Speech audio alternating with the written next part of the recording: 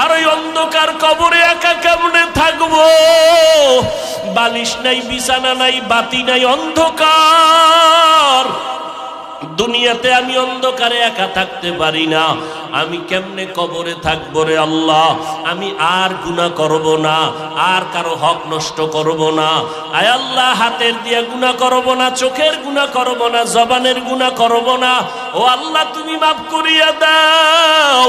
এইভাবে ওমরের চরিত্রওয়ালা মানুষগুলো পাগলের মতো কান্না শুরু করবে। নবী বলেন, কান্না যদি না আসে কান্নার বাহানা করো, আর ডানে বামে যদি কান্নাওয়ালা কাউকে পাও, হাত বাড়াইয়া দোয়া চাও। ও কান্নাওয়ালা ভাই, আমার জন্য দোয়া করো, আল্লাহ যেন আমাকে মাফ করিয়া দেয়। হেদায়েতের মালিক আমার আল্লাহ। কোনো পীরের হাতে হেদায়েতের চাবি নাই, কোনো বক্তার হাতে হেদায়েতের চাবি নাই। আল্লাহ যার সিনাটা খুলে দিবেন, সে হেদায়েত নিয়েই চলবে। অন্যদিকে ওমরের মতো বান্দা নবীর গর্দান কাটতে আসিয়া কালেমার রশি গলায় লাগাইয়া নবীজির জন্য এত পাগল, নবীর কাছে তওবা করিয়া জান্নাতের টিকিট নিয়ে নিল। এই ওমরের এত সম্মান আল্লাহ বাড়ায় দিয়েছেন। ঠিক কিয়ামত পর্যন্ত আবু জাহাল থাকবে না ঠিকই, কিন্তু আবু জাহালের কঠিন অন্তরের মতো কিছু অন্তরালা মানুষ জমিনে থাকবে। হাজারো বয়ানে তাদের দিলটা নরম হবে না, তওবা নসিব হবে না, বরং বয়ান শুনিয়া বাইরে গিয়া বিরোধিতা করবে। এই সমস্যা, ওই সমস্যা, এই ভুল, সেই ভুল। আসলে নিজের গুনার কথা একবারও চিন্তা করবে না। আর একদল বান্দা থাকবে কিয়ামত পর্যন্ত ওমরের চরিত্রের, এরা গুনাহ নিয়ে প্যান্ডেলে ঢুকবে। হঠাৎ করিয়া যখন জাহান্নামের ভয় অন্তরে ঢুকবে, তখন পাগলের মতো হয়ে যাবে। আমি কইছিলাম আমার জীবনটাতে এত খারাপ ছিল না, আমি দুনিয়াতে আসছিলাম কত পবিত্র, মা বাবায় কত আদর করেছিল, আমার স্কুলের লেখাপড়ার জীবনটা কত ভালো ছিল, শিক্ষকরা কত আদর করত। আজকে আমি এত খারাপ, আমার মা বাবা আমারে বেশি ভালো জানে না অন্যায় করার কারণে, কারণ আমি মা বাবার সাথে ভালো আচরণ করি না, ভাই বোনের সাথে ভালো আচরণ করি না। আমি এত খারাপ কেন হয়ে গেলাম? ময়দানে ঈশা লুটাইয়া কাঁদবে আর বলবে, আল্লাহ আমি আজকে গুনাহ নিয়ে বাসায় যাব না। ও আল্লাহ, মরণের বিছানায় গুনাহগার হইয়া শুইতে চাই না রে মালিক। আল্লাহর বান্দারা, ও পর্দার আড়ালের আম্মা জানেরা, বোনেরা, আল্লাহর কাছে তওবা করেন। জীবনে কারো হক নষ্ট করবেন না, চরিত্রের উপর আঘাত দিবেন না, স্বামীর খেদমতে স্বামীর মালের হক ঠিকমতো রক্ষা করবেন, সন্তানের হক ঠিকমতো আদায় করবেন। আপনার সন্তান ডাক্তার হবে, আলহামদুলিল্লাহ। আপনার সন্তান ইঞ্জিনিয়ার বানাবেন, আলহামদুলিল্লাহ। তবে অনুরোধ, বেয়াদব বানাবেন না। আপনার সন্তানের আচরণে যেন উলামায়ে কেরাম কষ্ট না পায়, আপনার সন্তানের ব্যবহারে যেন এলাকার মুরব্বীরা কষ্ট না পায়, আপনার সন্তানের কারণে আপন বন্ধু বান্ধবরা যেন কষ্ট না পায়।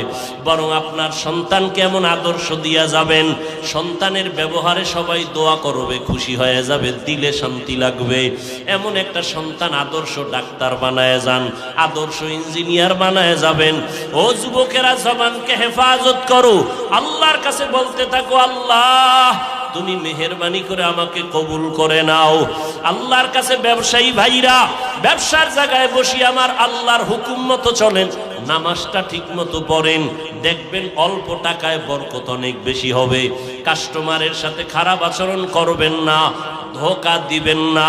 আল্লাহর কাছে এভাবে বলতে থাকেন, আল্লাহ যেইভাবে ব্যবসা করলে দুনিয়াতে শান্তি পাবো, সম্মান বাড়বে, আখিরাতে নবীজির সাথে জান্নাতে থাকতে পারবো, ওইভাবে ব্যবসা করার তৌফিক দাও, মানুষের সাথে ভালো আচরণ করার তৌফিক দাও। তুমি তৌফিক না দিলে সম্ভব হবে না।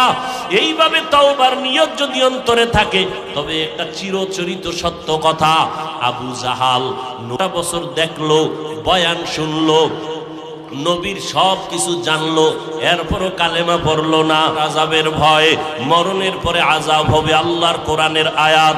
এরে নবীর উম্মতের দল, তোমাদের থেকে মাথা মতেও নষ্ট হয় নাই। এরপর আবার তুমি একটু দেখো না তাকাইয়া, তোমার ডানে বামে কত যুবক জীবনে মাদ্রাসায় পড়ে নাই, জেনারেল লাইনে পড়েছে, স্কুলে পড়ে, কলেজে পড়ে, চাকরি করে, তোমার মতো যুবক সাক্ষী দাও 5 বেলার নামাজি আছে না নাই? তুমি বিবেকটাকে প্রশ্ন করো, তুমি কেন পারো না রে বাবা? তোমার আমার মতো যুবক র্যাব, আর্মি, পুলিশ, বিডিআর এর চাকরি করে, 5 ওয়াক্ত নামাজ পড়ে, যত কাজ থাক জামাতে পড়ে, তুমি কেন পারো না? একটু জিজ্ঞাসা করো তোমার বিবেকটাকে। তোমার মতো যুবক রাস্তায় গাড়ি চালায়, সময় মতো নামাজ পড়ে, তুমি কেন পারো না? তোমার মতো যুবক শ্রমিকের কাজ করে, হাড় ভাঙ্গা পরিশ্রম করে, রমাজানে একটা রোজাও ভাঙ্গে না, নাই? তুমি কেন রোজা রাখতে পারো না? তারাবি পড়তে পারো না? নামাজ পড়তে পারো না? আসলে কি বলো, এইবার কি দলিল দিবা? এতদিন তো হুজুরদের একটু চাইপা রাখছো, হুজুর পারা যায় না, এখন আমাকে জবাব দাও। তোমার মতো যুবক একই স্কুলে পড়ো, ও নামাজ পড়ে, তুমি পড়ো না। তুমি একই ডিপার্টমেন্টে চাকরি করো, 10 জন নামাজ পড়ে, তুমি পড়ো না। এখন কি জবাব দিবা বলো? এখন জবাব একটাই, তোমার কপাল পুড়ে গেছে, তোমার উপরে আমার আল্লাহ বেজার, তোমার উপরে মা বাবার অভিশাপ, মা বাবা বরদোয়া দিয়ে দিছে, তোমার কপাল পুড়ে গেছে।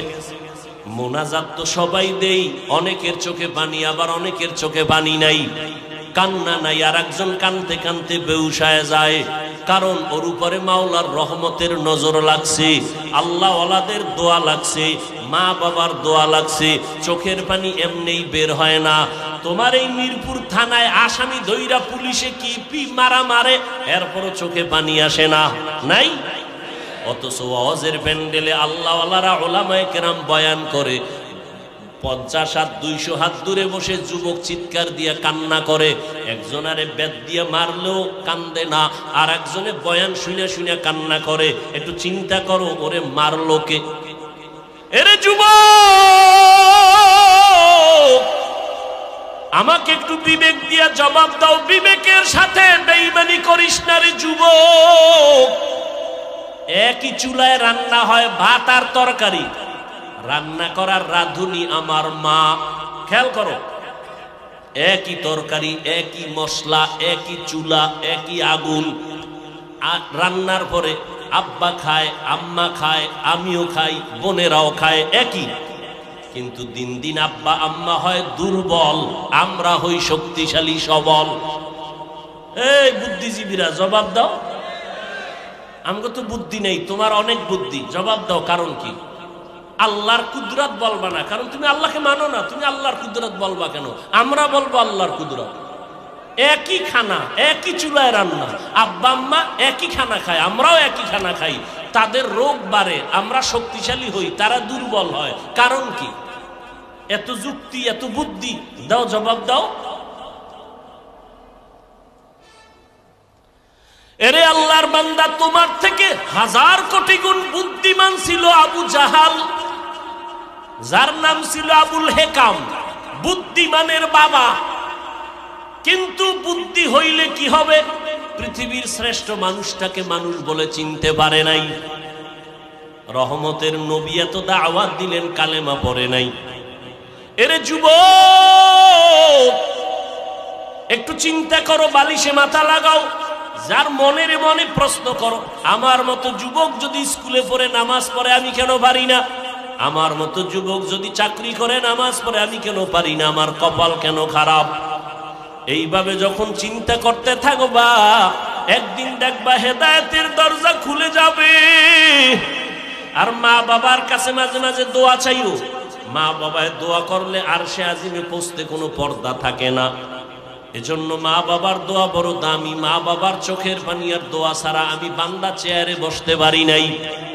মা বাবার চোখের পানি আর দোয়া ছাড়া এ যুবক পরীক্ষায় পাস করতে পারো নাই। মা বাবার চোখের পানি আর দোয়া ছাড়া তুমি বাড়ি গাড়ির মালিক হতে পারো নাই।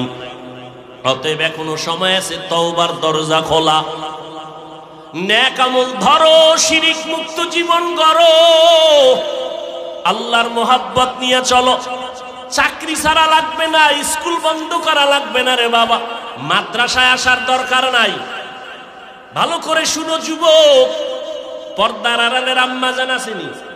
আছে? এরে আম্মা জান, আপনারা আয়েশা রাদিয়াল্লাহু আনহার মতো ধন্য নারী, আপনারা খাদিজা রাদিয়াল্লাহু তাআলা আনহার মতো নারী, এরে আম্মা জান ফাতেমা রাদিয়াল্লাহু তাআলা আনহার মতো নারী, আপনারা উলামায়ে কেরামের মায়ের মতো মা। এই জমিনে আপনাদের মতো বহু নারী এই এলাকায় থাকে, পাঁচ ওয়াক্ত নামাজ পড়ে, নাই? ভিন্ন আম্মারা আপনারা কেন পারেন না? এরে আম্মা জান, ও যুবতী বোনেরা, তোমার মতো যুবতী বোন আজান হলে মাথায় কাপড় দিয়া 5 বেলার নামাজ পড়ে, এরকম যুবতী বোন আছে না নাই? তুমি কেন যুবকের চরিত্র নিয়ে সিনেমিনে খেলো, মোবাইলের মাধ্যমে চ্যাটিং করো? এক আল্লাহর বান্দা বহু দিন হয়ে গেছে বিয়া করে না। ছোট ভাই একদিন ডাক দিয়া কয়, বয়স এত বেড়ে গেল ভাইজান, আপনি বিবাহ করেন না কেন? মা বোনেরা ভালো করে শুনেন, যুবকেরাও শুনো বাবা। বড় ভাই ডাক দিয়া কয়, আমি বিবাহ করব, পছন্দের কোনো মেয়ে পাই না। ছোট ভাই বুঝতে পারছে, মনে হয় যেন সম্ভ্রান্ত পরিবারের মেয়ে লাগবে, একটু টাকাওয়ালা। ডানে বামে খোঁজ দিয়ে এক প্রস্তাব দিল, অমুক বাড়ির মেয়ে বড় ভালো। বড় ভাই বলে, না আমি এ মেয়ে বিয়া করব না। বলে অনেক সুন্দরী, সুন্দরী চাই না তো কি চাও? হ্যাঁ, বড় ভাই বলে, আমি এমন একটা মেয়েকে বিয়া করতে চাই, আমার সীমানা প্রায় পারাইয়া যাইতেছে, বিবাহের বয়স অনেক আগেই হয়ে গেছে, করি না, কারণ আমি এমন একজন আল্লাহর বান্দি যুবতী মেয়ে চাই। ছোট ভাই বলে, কেমন মাইয়া চাও? কয়, আমি এমন একটা মেয়ে চাই, যেই মেয়ে আমার স্ত্রী হইয়া আমার হাতটা ধরে আমাকে জান্নাতের ভিতরে ঢুকায় দিবে, আমাকে জান্নাতের পথে নিবে। আর এমন একটা মেয়েকে বিয়া করব, যেই মেয়েটা আমাকে একটা পুত্র সন্তান উপহার দিবে, যেই সন্তানটা উম্মতের জান্নাতের পথ দেখাবে। ছোট ভাই কয়, তোমার কপালে বিয়া নাই। চলে গেল। এই বিয়া নিয়ে এখন আর কথা বলে না। কিন্তু বড় ভাই ডাক দিয়া কয়, শোন, আমার অন্তরের নিয়ত যদি সঠিক হয়, ইনশাআল্লাহ আমি আজ না কাল এমন মেয়ে পেয়ে যাব, যদি আমার নিয়তে ভেজাল না থাকে। এভাবে ধৈর্য ধারণ করলেন। দীর্ঘ কিছুদিন পরে পার্শ্বে এক এলাকায় চলে গেল, শুনছে ওখানে এক আল্লাহওয়ালা আসছেন, বড় বুজুর্গ, দোয়া করলে কবুল হয়ে যায়। দোয়ার জন্য চলে গেল। গিয়া দেখে হুজুর মসজিদে ওজিফা পালন করে, আমলে আছেন। সালাম, হুজুর আমি অমুক এলাকার এক বান্দা যুবক, আসছি আপনার দোয়া নেওয়ার জন্য। বিবাহ করেছো নাকি? বলে না, করি নাই, দোয়া করবেন। হুজুরের সাথে কথা বলতেছে, ঠিক এমন টাইমে পর্দার আড়াল থেকে মসজিদের জানালা দিয়া একটা যুবতী মেয়ে সালাম দিল, আসসালামু আলাইকুম। হুজুর বলে, কে? বলে, আমি এই এলাকার এক যুবতী মেয়ে। কি চাও? হুজুর একটু দোয়ার জন্য আসছি, আমার আব্বাজান বড় অসুস্থ। তাই নাকি? বলে, হ্যাঁ। হুজুর ওখানে প্রায় সময় আসেন, মানুষকে দাওয়াত দেন, মসজিদে আমল করেন, মোটামুটি পরিচিত। এইবার মেয়ে কয়, হুজুর দোয়া করবেন, আল্লাহ পাক রব্বুল আলামিন আমার জন্য যেন ভালো একটা পাত্রের আয়োজন করেন। কয়, তুমি কেমন পাত্র চাও? কয়, হুজুর আমার বিবাহের জন্য আমি এমন একটা পুরুষ যুবক চাই, যেই যুবক আমার হাত ধরে আমাকে জান্নাতে নিবে, এবং আমাকে এমন একটা পুত্র সন্তান উপহার দিবে আল্লাহর দয়ায়, যেই পুত্র সন্তান উম্মতের দায়িত্ব নিয়ে জান্নাতের পথ দেখাবে বাতিলের মোকাবেলায়। হুজুর শুইনা চুপ হয়ে গেলেন। পাশের পুরুষ যুবক ডাক দিয়ে কয়, হুজুর বেয়াদবি মাফ করবেন, আমি দীর্ঘ বছর এই লালন করতেছি, কল্পনা করতেছি এমন গুণের মেয়ে আমিও চাই। হুজুর বলে, মেয়ের ফ্যামিলি গরিব, আমার গরিব টরিব লাগবে না, আপনি যদি দয়া করে ব্যবস্থা করে দেন আমি আলহামদুলিল্লাহ রাজি হয়ে যাব। আলহামদুলিল্লাহ ব্যবস্থা হয়ে গেল, যুবক যুবতীর সাথে বিয়া হয়ে গেল।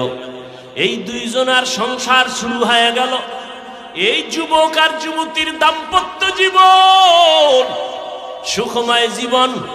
ফজরের সময় ঘুম থেকে একজন যদি উঠতে না পারে, স্ত্রী যদি আগে উঠে, স্বামীকে কয় উঠো, আল্লাহর সাথে একটু মোলাকাতের কথা বলার চেষ্টা করো। অতিও গভীর হয় রজনী যখন, নীরবে প্রভুর নাম জপিও তখন। প্রভুর করুণা যদি পাইবারে চাও, গভীর রাতে উঠে প্রভুর গুণগান গাও। স্বামী যদি আগে উঠে স্ত্রীকে ডাকে উঠো, রান্না বান্না হয় না, বন্ধ, আগে নামাজ তারপরে রান্না, এইভাবে জীবন চলতেছে। এর মধ্যে একটা সন্তান আল্লাহ দান করছেন, পুত্র সন্তান। আল্লাহর কাছে দোয়া করতো নামাজ পড়ে, দয়ার মালিক তুমি আমাদের একটা নেককার সন্তান দাও, যেই সন্তানের দ্বারা দুনিয়াতে আমগো সম্মান বাড়বে, আখিরাতেও বাড়বে।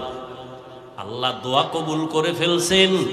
এমন একটা পুত্র সন্তান আল্লাহ তাদের দান করেছেন, যেই সন্তান দুনিয়াতে আইসা মা বাবার আদর্শ নিয়ে বড় হইয়া রাশিয়া, সিরিয়া, মিশর, ইরাক, পুরা জগৎটাকে বিজয়ের পতাকা উড্ডীন করে বাইতুল মুকাদ্দাস, মুসলমানের প্রথম কিবলা, যেখানে এক রাকাত নামাজ পড়লে 50,000 রাকাত নামাজের সওয়াব। ওই বাইতুল মুকাদ্দাসের উপরে হামলা, বিভিন্ন বিধর্মীদের হামলা। এই সন্তান গিয়া ইতিহাসের পৃষ্ঠা খুলো, বাইতুল মুকাদ্দাসকে হাতের মধ্যে নিয়ে বিজয়ের পতাকা উড়ায় দিলেন। ইতিহাসবিদরা বলেন এর মতো বীর যোদ্ধার ইতিহাস এত স্মরণীয় যে কিয়ামতের আগে এরকম বীর আসবে কিনা জানা নাই। ওই সন্তানের নাম সুলতান সালাউদ্দিন আইয়ুবী। গুগলে সার্চ দাও, সালাউদ্দিন আইয়ুবীর ইতিহাস পড়ো, দেখো কে সে সালাউদ্দিন আইয়ুবী। রাষ্ট্র পরিচালনা করেছে, ওই সিরিয়া মিশর বিজয়ের পতাকা উড্ডীন করেছে, বাইতুল মুকাদ্দাসকে হাতের মুষ্টির মধ্যে নিয়ে গেল, বেঈমানদের দখল থেকে, অত্যাচার থেকে মুসলমানকে পরিত্রাণের জায়গায় নিয়ে আসলো। এরে যুবক আল্লাহর গোলাম, মনটাকে স্থির করা যায় না। অন্য মেয়ের চরিত্র যদি তুমি নষ্ট করো, তোমার বোনের চরিত্র তো আর একজন নষ্ট করতে পারে, তুমি এটা চিন্তা করো। এরে যুবতী বোনেরা, কত যুবকের চরিত্র নষ্ট করতেছো। তোমার ভাইয়ের চরিত্র যদি কেউ নষ্ট করে, তুমি কেমন মনে করবা? এইভাবে যদি একটু চিন্তা করো, তাহলেই তোমার অন্তরটা ঠিক হয়ে যাবে। আল্লাহ তো দরজা দিয়ে ডাকতেছেন। এজন্য ওলামায়ে কেরামের মজলিসে বসো। এই যে আপনারা বসছেন বয়ানে, আল্লাহকে সাক্ষী রেখে বলেন, জীবনে ওয়াজে বসেন নাই, আজকে 2 ঘন্টা বয়ানে বসার পরে আল্লাহকে সাক্ষী রেখে বলেন, অন্তরের মধ্যে কি একটু ধাক্কা লাগছে? এই যুবকেরা বলো, লাগছে? 2 ঘন্টা বয়ানে যদি ওলামাদের সামনে বসে যদি অন্তরে ধাক্কা লাগে, আল্লাহর কসম, যারা ওলামাদের পিছনে দিন দিন বছর বছর সময় দিবে, ইনশাআল্লাহ ওই লোকটা জান্নাতি হয়ে কবরে যাবে। কারণ ওর মধ্যে ধাক্কা লাগতে লাগতে লাগতে লাগতে এত মজবুত হয়ে যাবে, না খাইয়ে থাকবে, হারাম খাবে না, নামাজ ছাড়বে না, মরিয়া গেল জবানে কালেমা জারি হয়ে যাবে। এরে যুবক আল্লাহর গোলাম, এখনো সময় আছে, তওবা করো, মা বাবার দোয়া নিয়ে চলো, আর আল্লাহর কাছে মনে মনে ডাকো। জোরে ডাকার দরকার নাই, তোমার অন্তর থেকে তুমি বলতে থাকো, আল্লাহ আজকে মিরপুরের জমিনে আসছি, ও আল্লাহ, অনেকে গ্রামে মা বাবার রাইখা এই শহরে থাকো রে বাবা, গ্রামের মা বাবায় কষ্ট করে, তোমার খবর নাই। অনেকে বড় লোক, আরামের বিছানায় ঘুমাও, সন্তান আর পরিবার নিয়ে কত খানা খাও, মা বাবায় তোমার জন্য আরামে খানা খায় না, ঘুমায় না। এমন একটা রাত্র নাই যে তোমার টেলিফোন না করে, ও বাবা তোর শরীরের অবস্থা কি, কখন খানা খেয়েছো, কখন ঘুমাইছো। ওই মা বাবারে যারা রাইখা ঘুমাও, মা বাবার দোয়া ছাড়া আগাইতে পারবা না রে যুবক। এখনো সময় আছে, তওবা করে নাও। আল্লাহকে বলো, আল্লাহ জীবনে কম অন্যায় করি নাই, শয়তানের ধোকায় পড়ে আজকে থেকে তওবার নিয়ত করলাম, মরিয়া গেলে যাব, নামাজ ছাড়বো না, বেপরদায় চলবো না, মা বাবাকে কষ্ট দিব না, ওলামায়ে কেরামের বিরোধিতা করে গুনাহগার হব না, মোবাইলের মাধ্যমে গুনাহ করব না, লেখনির মাধ্যমে গুনাহ করব না, চোখের চাহনির মাধ্যমে গুনাহ করব না, মা বাবার দোয়া নিয়ে সামনে আগাবো, নবীর তরিকা মতো চলবো। আমার মতো স্কুলে পড়ুয়া যুবক যদি নামাজ পড়ে আমি কেন পারবো না? ও আল্লাহ, আপনি তৌফিক দান, আজকে থেকে নামাজ ছাড়বো না। বাসায় গেলে মাকে গিয়া বলবা, মা তুমি আমার মাথায় হাত দিয়া দোয়া করে দাও। আজকে ময়দানে কত আল্লাহর বান্দারা কানলো, আমার চোখে পানি নাই, মা গুনার কারণে বুঝি আল্লাহ বেজার, তুমি দোয়া করিয়া দাও। মা যদি দোয়া করিয়া দেয় তাহলে তোমার কপাল খুলিয়া যাবে। তুমি ডাক্তার হও বাধা নাই, ইঞ্জিনিয়ারিং পড়ো বাধা নাই, প্রফেসর হও বাধা নাই, সাংবাদিক হও বাধা নাই, তবে অনুরোধ আদর্শ নিয়ে চলো, মদিনার আদর্শ। সময় মতো নামাজটা পড়ে নিবারে বাবা। মুরব্বীদের সামনে কোনো ভালো খারাপ আচরণ করবা না, ওলামায়ে কেরামের বিরোধিতা করে গুনাহগার হবা না, দেশের বিরুদ্ধে জাতির বিরুদ্ধে কোনো ষড়যন্ত্র করবা না। আল্লাহর আযাবের ভয় নিয়ে তুমি তওবা যদি করতে পারো, এক ফোঁটা চোখের পানি ছাড়তে পারো, আল্লাহ মুহূর্তে তোমার তওবা কবুল করে নেবেন, জীবনের গুনাহগুলো মাফ করে দিবেন। ও আল্লাহর বান্দারা, ও পর্দার আড়ালের আম্মা জানেরা, বোনেরা, আল্লাহর কাছে তওবা করেন, জীবনে কারো হক নষ্ট করবেন না, চরিত্রের উপর আঘাত দিবেন না, স্বামীর খেদমতে স্বামীর মালের হক ঠিকমতো রক্ষা করবেন, সন্তানের হক ঠিকমতো আদায় করবেন। আপনার সন্তান ডাক্তার হবে, আলহামদুলিল্লাহ, আপনার সন্তান ইঞ্জিনিয়ার বানাবেন, আলহামদুলিল্লাহ, তবে অনুরোধ বেয়াদব বানাবেন না। আপনার সন্তানের আচরণে যেন ওলামায়ে কেরাম কষ্ট না পায়, আপনার সন্তানের ব্যবহারে যেন এলাকার মুরব্বীরা কষ্ট না পায়, আপনার সন্তানের কারণে আপন বন্ধু বান্ধবরা যেন কষ্ট না পায়, বরং আপনার সন্তানকে এমন আদর্শ দিয়া যাবেন, সন্তানের ব্যবহারে সবাই দোয়া করবে, খুশি হয়ে যাবে, দিলে শান্তি লাগবে। এমন একটা সন্তান আদর্শ ডাক্তার বানায় যান, আদর্শ ইঞ্জিনিয়ার বানায় যাবেন। ও যুবকেরা, জবানকে হেফাজত করো, আল্লাহর কাছে বলতে থাকো, আল্লাহ তুমি মেহেরবানি করে আমাকে কবুল করে নাও। আল্লাহর কাছে ব্যবসায়ী ভাইরা, ব্যবসার জায়গায় বসি আমার আল্লাহর হুকুম মতো চলেন, নামাজটা ঠিক মতো পড়েন, দেখবেন অল্প টাকায় বরকত অনেক বেশি হবে। কাস্টমারের সাথে খারাপ আচরণ করবেন না, ধোঁকা দিবেন না। আল্লাহর কাছে এভাবে বলতে থাকেন, আল্লাহ যেইভাবে ব্যবসা করলে দুনিয়াতে শান্তি পাবো, সম্মান বাড়বে, আখিরাতে নবীজির সাথে জান্নাতে থাকতে পারবো, ওইভাবে ব্যবসা করার তৌফিক দাও, মানুষের সাথে ভালো আচরণ করার তৌফিক দাও। তুমি তৌফিক না দিলে সম্ভব হবে না।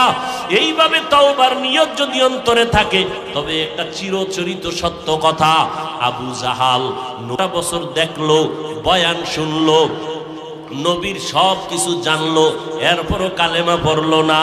অন্যদিকে ওমরের মতো বান্দা নবীর গর্দান কাটতে আসিয়া কালেমার রশি গলায় লাগাইয়া নবীজির জন্য এত পাগল, নবীর কাছে তওবা করিয়া জান্নাতের টিকিট নিয়ে নিল। এই ওমরের এত সম্মান আল্লাহ বাড়ায় দিয়েছেন।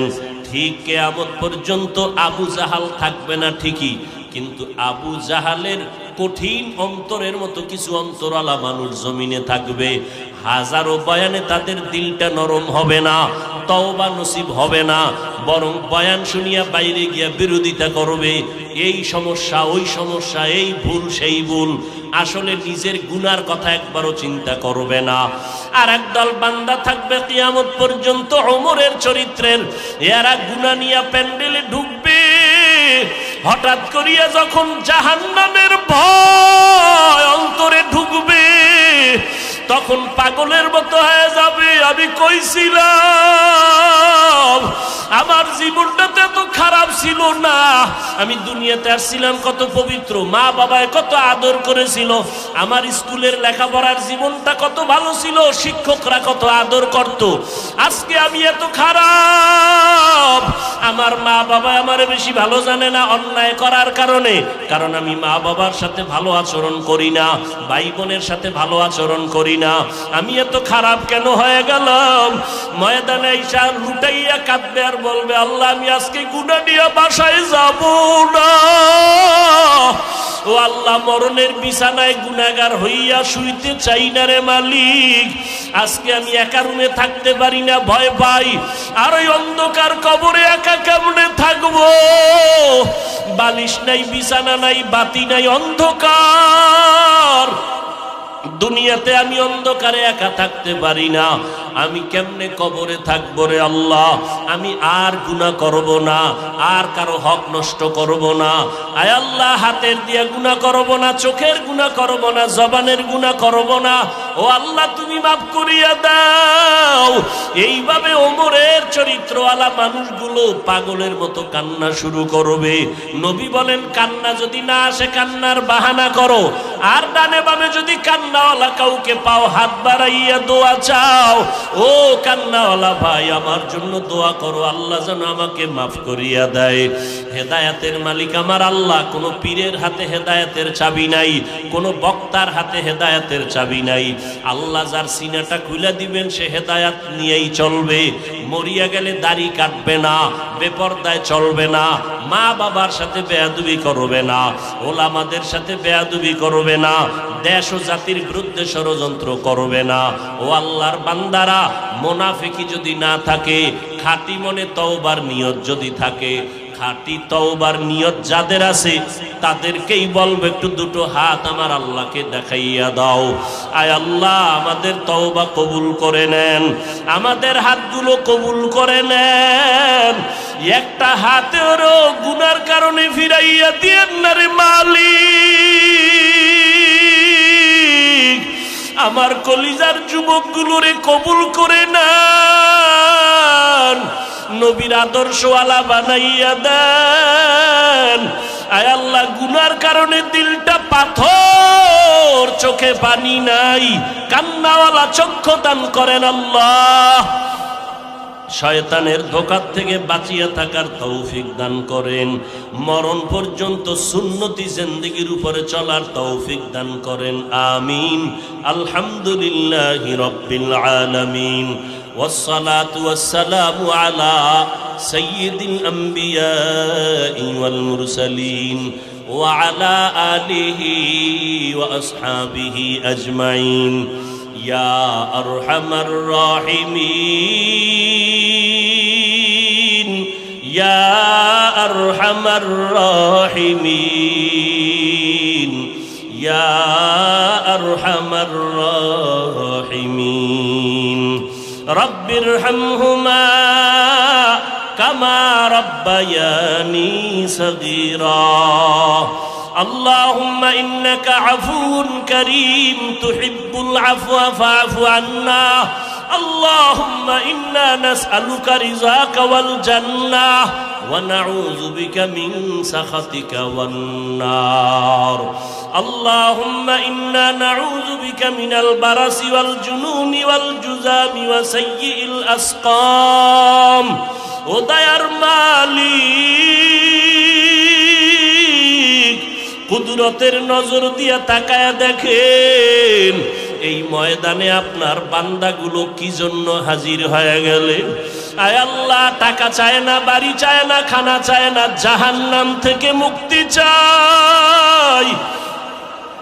শয়তানের ধোকায় পড়ে গুনাহ করিয়া জীবনটারে নাপাক করে ফেলেছি রে আল্লাহ। গুনার কারণে হাত নাপাক, চোখ নাপাক, জিহ্বা নাপাক, অন্তর নাপাক। আয় আল্লাহ, গুনার কারণে দিল পাথর, চোখে পানি নাই। আজকে আমরা তওবার নিয়ত করেছি, আর গুনাহ করব না রে আল্লাহ। আয় আল্লাহ, আমাদের তওবা কবুল করে নেন। জীবনের সকলের গুনাহ মাফ করে দেন, সারা দুনিয়াবাসীকে মাফ করে দেন আল্লাহ। বাংলাদেশ শান্তির দেশ বানায় দেন আল্লাহ। দেশের জন্য যারা জীবন দিল মাফ করে দেন, প্রশাসনিকভাবে যারা কাজ করে দিনের খাদেম বানায় দেন। আয় আল্লাহ, জনপ্রতিনিধির দায়িত্ব যারা পালন করে দিনদার বানায় দেন, মা বোনদের আবেদা পর্দা নিশি বানায় দেন, সন্তানগুলো নেককার বানায় দেন, ঘরে ঘরে সুন্নতের বাতি জ্বালায় দেন, সমস্ত মাদ্রাসা কবুল করে নেন, মসজিদগুলো কবুল করে নেন, অন্যান্য শিক্ষা প্রতিষ্ঠানগুলো নবীজির আদর্শের আদলে কবুল করে নেন। আয় আল্লাহ, যারা লেখাপড়া করে পরীক্ষার্থী কামিয়াবির ব্যবস্থা করে দেন। আমার কলিজার প্রত্যেকটা যুবক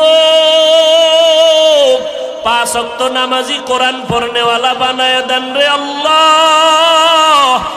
মোবাইলের গুনাহের থেকে হেফাজত করেন, মোবাইলের গুনাহের থেকে হেফাজত করেন, মোবাইলের গুনাহের থেকে হেফাজত করেন। আয় আল্লাহ, নবীজির আদর্শওয়ালা জিন্দেগি দান করেন। যারা ব্যবসা করে কামাই রুজি, ব্যবসা চাকরিতে সবার হালাল ভাবে বরকত বাড়ায়